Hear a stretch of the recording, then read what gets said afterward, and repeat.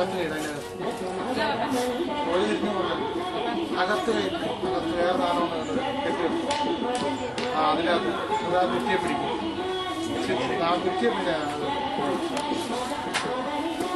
ആ കുറ്റി മേളിലേക്ക് താഴേക്കും വെക്കണം എന്നിട്ടാണ് എൻ്റെ രോഗം മാറുന്നത്